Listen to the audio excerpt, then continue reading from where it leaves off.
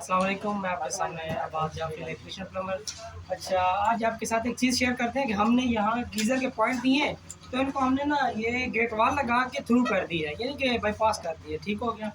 अब तो ये होगा कि अगर ये गर्मियों में लगाते हैं, सर्दियों में सॉरी लगाते हैं गीज़र, तो इस वाल को कर देंगे बंद। ठीक है जी। अदर जब ये वाल बंद करेंगे ना गीज़र के दौरान, फिर आपकी टोटल जो घर के नाली है ना उनके अंदर ना गर्म पानी चला जाएगा। अदरवाइज़ गीज़र नहीं लगता, और ये कहते हैं कि घर में दोनों नाली में प्रेशर कायम रहे। तो जब ये वाल आपके सामने लगा हुआ है, ये वाल ये खोल देंगे, गीज़र बेशक ना भी लगा हुआ ना, तो पानी बाईपास होकर यहाँ से दोनों मतलब ठंडी और गर्म में सर्किट करता रहेगा। तो ये चीज़ थोड़ी सी थी आपके साथ, मैंने कहा शेयर कर लें। ठीक है जी। मज़ीद मालूमाती वीडियो के लिए हमारे पेज को लाइक करें, फॉलो करें, शेयर करें। मेहरबानी सलामत रहें।